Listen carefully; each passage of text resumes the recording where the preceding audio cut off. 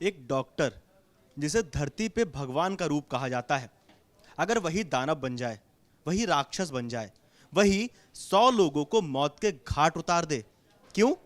अपने निजी स्वार्थ के लिए, पैसों के लिए, सीरियल किलर बन जाए, साइको किलर बन जाए, तो उसे क्या कहा जाएगा? नमस्कार, मेरा नाम है मृत्युंजय और आप देख रहे हैं अमर उजाला। क्या है ये पूरा मामला? कहाँ का है ये मामला? कौन था ये डॉक्टर जो राक्षस बन गया, जिसने करीब 100 लोगों को मौत के घाट उतार दिया? और सिर्फ मौत के घाट नहीं, उन्हें मारने के बाद मगरमच्छों के हवाले कर दिया। इस पूरी खबर पर विस्तृत जानकारी लेकर हमारे साथ मौजूद है हमारे वरिष्ठ सहयोगी वरुण कुमार। वरुण, क्या है ये पूरा मामला? कहाँ का मामला है? डॉक्टर का नाम क्या था? देखिए, डॉक्टर का नाम डॉक्टर देवेंद्र कुमार शर्मा है। करीब 67 साल इनकी उम्र है और इनको गिरफ्तार किया है राजस्थान के दौसा से। इनको गिरफ्तार किया है दिल्ली पुलिस की अपराध शाखा ने, यानी क्राइम ब्रांच दिल्ली पुलिस ने इनको गिरफ्तार किया है। साल 1995 से 2004 के बीच, यानी करीब 10 सालों के बीच में इसने 100 से ज़्यादा लोगों को जान से मार दिया, या ये कह सकते हैं कि इसकी वजह से 100 से ज़्यादा लोग मारे गए। इन लोगों को एक कहा जाए कि अंग तस्करी, मानव अंगों की तस्करी का एक मामला, लोगों की हत्याओं का मामला, एक मृत्युंजय पूरा एक बहुत लंबी कहानी है और ये कहानी हमें विस्तार से सुननी पड़ेगी और इस कहानी को समझने के लिए हमें थोड़ा वक्त का पहिया पीछे घुमाना पड़ेगा। कहाँ से होती है इसकी शुरुआत? ये शुरुआत होती है, देखिए, अभी हम ताज़ा हालातों से इसको शुरू करते हैं। ठीक है। कल 20 तारीख थी, राजस्थान के दौसा से डॉक्टर देवेंद्र कुमार शर्मा को गिरफ्तार किया गया और पता चला कि ये वही डॉक्टर है जो पेरोल पे छूटा था लेकिन गायब हो गया। साल 1998 से 2004 के बीच, 95 से 2004 के बीच इसने करीब 125 लोगों को किडनी ट्रांसप्लांट करवाया। अब इसका जो साथी है डॉक्टर अमित का जो किस्सा था बड़ा प्रसिद्ध था। उसको डॉक्टर डेथ भी कहा जाता था, इसको भी डॉक्टर डेथ कहा जाता है, ये उसका सहयोगी है। तो इन लोगों ने एक किडनी रैकेट पूरा का पूरा चला रखा था और जो ऐसे लोग इनको दिखाई देते थे जो बहुत कम पैसों में इनके झांसे में आ जाते थे, उनकी किडनी निकाल ली जाती थी। किडनी बहुत सारे लोगों को किडनैप करके भी निकाल ली जाती थी और लोगों को उसके बाद मार दिया जाता था। मतलब जैसी किडनी निकाल ली तो उसके बाद उनके लिए वो शरीर बेकार है, उनके बाकी अंग निकाले, किडनी निकाली, किडनी कहीं बेची और उस व्यक्ति को हजारा नहर में फेंक दिया गया।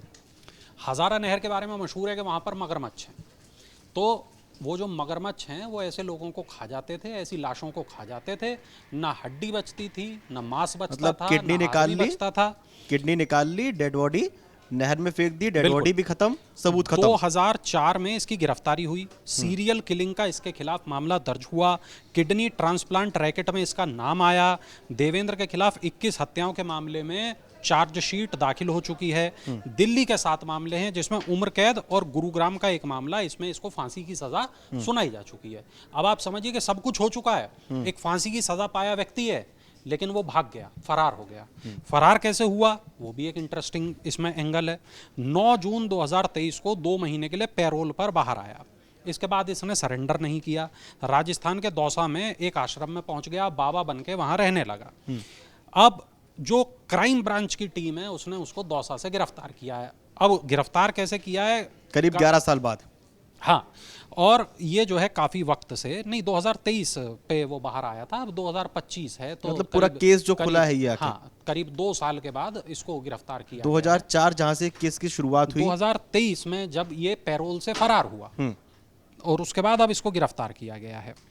और 1 दशक इसने राजस्थान में अपना अस्पताल भी चलाया था। वो इलाका इसके लिए नया नहीं है, पहले से वो इलाका इसका देखा भाला इलाका है।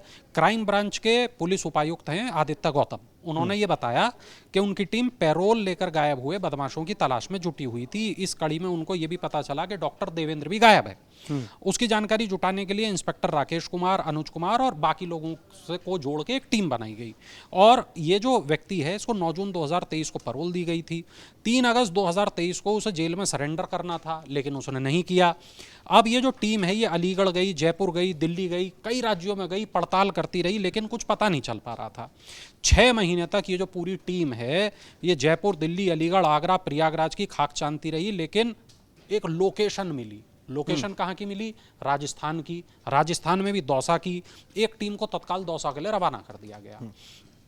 अब पता चला कि एक बाबा हैं, थोड़े वक्त पहले ही आए हैं, अच्छा। ज्यादा वक्त नहीं हुआ। अब बाबा का फोन है, बाबा के फोन को रिचार्ज की जरूरत पड़ती है, बाबा ने अपना फोन रिचार्ज कराया, वहीं पुलिस को क्लू मिल गया कि ये वही डॉक्टर देवेंद्र है जो छुप के मतलब यहाँ फोन रिचार्ज रह रहा है। करने से उस आदमी की लोकेशन जो है वो पता चल गई। अब ये पता चला कि साल 2020 में भी ये एक मर्तबा ऐसे कर चुका है कि पैरोल लेकर गायब हो गया था। 6 महीने बाद पुलिस ने इसको गिरफ्तार कर लिया था, लेकिन इस बार करीब 2 साल तक ये गिरफ्तार नहीं हो सका। डॉक्टर देवेंद्र ने अब जब ये गिरफ्तार हुआ तो ये बताया कि मुझे 50 तक की गिनती तो याद है कि 50 हत्याएं मैंने की हैं, इसके बाद मैंने गिनती करना बंद कर दिया। अलीगढ़ यूपी का रहने वाला है ये डॉक्टर देवेंद्र। इसने बिहार में BAMS की पढ़ाई की। इसके पिता सीवान की एक फार्मा कंपनी में तैनात थे। 1984 में ये राजस्थान के दौसा आ गया। पढ़ाई पूरी हो गई थी, BAMS कर ली थी, आयुर्वेद का डॉक्टर था। अब ऐसे में राजस्थान का दौसा इलाका, मरीज बहुत हैं नहीं, पैसे की किल्लत है। अब आदमी को एक तेजी से पैसा कमाना है, और ये जो तेजी से पैसा कमाने वाला फार्मूला होता है ना मृत्युंजय, अपराध के रास्ते पे लेकर अपराध जाता के है। रास्ते पर ले जाता है। वही इसके साथ हुआ। जनता क्लिनिक के नाम से इसने अस्पताल खोल लिया, 11 साल डॉक्टरी की, फिर इसके 11 लाख रुपए ठगे गए टावर लगवाने के नाम पे। इससे किसी ने पैसा ठग लिया। इसके बाद ये अपराध की दुनिया में इसने कदम रखा। फर्जी गैस एजेंसी के नाम पर ये ठगी करता था। इसके बाद इसने अपना एक गैंग बनाया। टैक्सी चालक और ट्रक चालक जो होते थे उनको ये लोग बुक किया करते थे, और हत्या करने के बाद उनकी लाशों को ठिकाने लगा देते थे, उनके किडनी निकाल लेते थे, बाकी अंग निकाल लेते थे। और ये जो टैक्सी और ट्रक थे इनको भी ग्रे मार्केट में बेच देते थे। अब इसके बाद में ये जो पूरा गैंग है, इसने कितने लोगों को मारा इसके बारे में सही जानकारी तो खुद इसको भी नहीं है। 50 के बाद उसने गिनती करना ही छोड़ दिया था। अब ये ले गए कासगंज की हजारा नहर में लाशों को, वहां पे ले जाके फेंक देते थे। अब माना जाता है कि वहां बड़ी संख्या में मगरमच्छ हैं, तो मगरमच्छ शव को निगल जाते थे। अब पुलिस की टीम जब वहां पहुंची तो वहां ना कोई लाश मिली, ना कोई हड्डी मिली, ना कोई व्यक्ति मिला। आरोपी का कबूलनामा है कि मैंने इस नहर में लाशों को फेंक दिया तो किडनी निकालने के बाद। अब मेरे को ध्यान है कविता कांड की जिन दिनों में कवरेज कर रहा था, मेरठ का बहुत मशहूर कांड था। सनोटा नहर पे, अगौता की सनोटा नहर थी, और वहाँ पे रोज़ाना दर्जनों पत्रकार खड़े रहते थे, रोज़ाना दर्जनों पुलिस वाले खड़े रहते थे, और सुबह से शाम तक नहर पे जाल लगा के लाशों को रोकने का काम होता था, इस उम्मीद में कि कविता की लाश मिल जाए। कविता की लाश तो नहीं मिली, लेकिन 50 लाशें वहाँ पर मिली। नहरों में लाश डालने का जो सिलसिला है ये बड़ा पुराना सिलसिला है। पुलिस भी ऐसे मामलों को बहुत गंभीरता से नहीं लेती। ये चाहती है कि उसके थाने में लाश ना रुके। कई बार तो अखबारों में ऐसी खबरें तक भी आई हैं कि बांस के सहारे पुलिस ने लाश को आगे बढ़ा दिया ताकि दूसरे थाना क्षेत्र में वो लाश चली जाए, इन्वेस्टिगेशन हमें ना करना पड़े। खैर, अब मामला पूरी तरीके से बदल चुका है। आजकल की पुलिस भी मुझे लगता है काफ़ी अवेयर है, सोशल मीडिया का ज़माना है। अब उस तरीके की चीज़ें देखने सुनने में अमूमन नहीं मिलती हैं। खैर, हम आगे बढ़ते हैं तो हम ये देखते हैं कि देवेंद्र ने ये बताया कि हत्या और लूटपाट का धंधा उसका बढ़िया चल रहा था। 1998 में उसकी मुलाकात डॉक्टर अमित से हुई। डॉक्टर अमित ने दिल्ली, गुड़गांव और अन्य शहरों में अवैध रूप से किडनी ट्रांसप्लांट के सेटअप लगाए हुए थे। अमित ने डॉक्टर देवेंद्र को बोला, भैया ले आओ जितने बंदे हैं जिनको किडनी की आवश्यकता है उनको किडनी ले आओ। ट्रांसप्लांट वाले कितने लोग हैं? 5 से 7 लाख रुपए देने की बात हुई। देवेंद्र इसके लिए तैयार हो गया। बिहार, बंगाल, नेपाल के गरीब लोगों को लालच देकर ये डॉक्टर अमित के पास लाता था।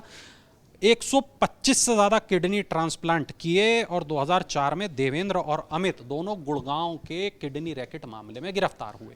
ये मोटी मोटी कहानी है। अब आप इसमें देखिए, इसमें दिल्ली क्राइम ब्रांच की सतर्कता देखिए, और मैं कहूँगा कि जिस थाने में इनको पेश होना था पैरोल के बाद, उस थाने के पुलिस वालों की शिथिलता देखिए।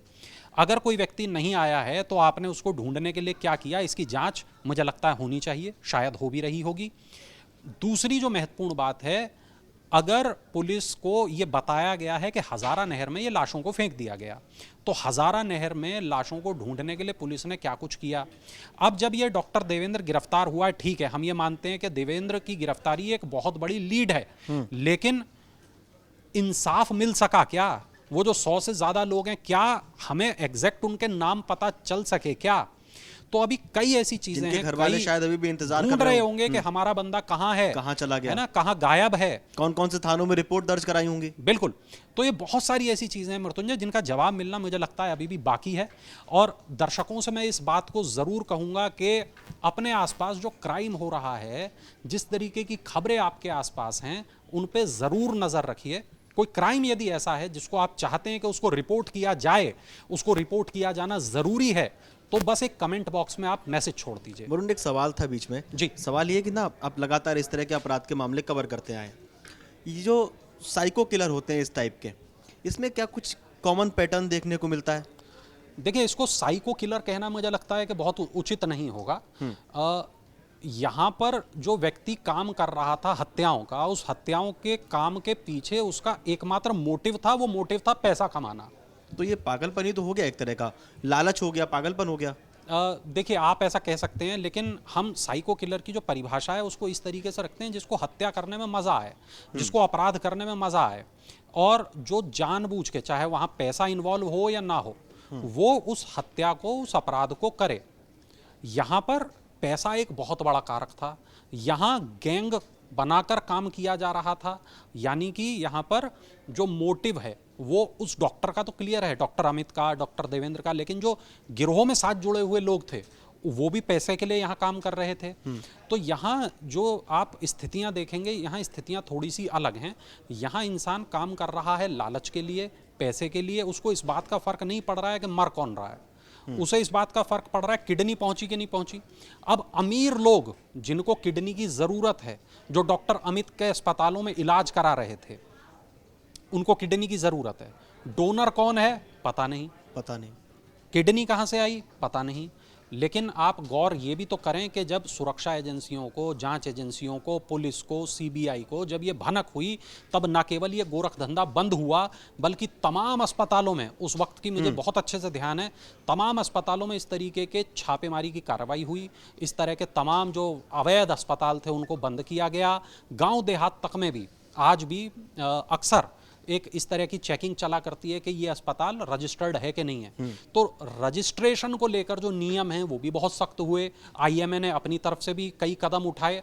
तो यकीनन जो एजेंसियां हैं वो अपना काम कर रही हैं, लेकिन हाँ, ये ज़रूर है कि जो नागरिक हैं उनको सावधान रहने की ज़रूरत है, सुरक्षित रहने की ज़रूरत है, चौकन्ना रहने की ज़रूरत है। इस तरीके के जो केसेस हमारे सामने आते हैं उनसे सीखने की ज़रूरत है कि अगर ऐसा आप अपने आसपास देख रहे हैं तो उसको रिपोर्ट ज़रूर करें। चलिए, बहुत बहुत धन्यवाद वरुण आपका, हम तक ये सारी जानकारी पहुंचाने के लिए।